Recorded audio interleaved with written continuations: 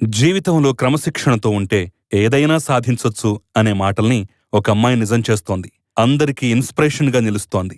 ఇప్పుడు youth icon గా కొనసాగుతోంది. ఎవరైనా ఒక రంగంలో రాణిస్తే చాలు, వాళ్ళని మనం మెచ్చుకుంటాం, ఆకాశానికెత్తేస్తాం. కానీ ఒక తెలుగమ్మాయి మాత్రం అన్ని రంగాల్లో తనదైన సత్తా చాటుతూ మన దేశం గర్వించే స్థాయికి చేరుకుంది. ఆమె ఒక డాక్టర్ మాత్రమే కాదు, ఒక మోటివేషనల్ స్పీకర్ కూడా.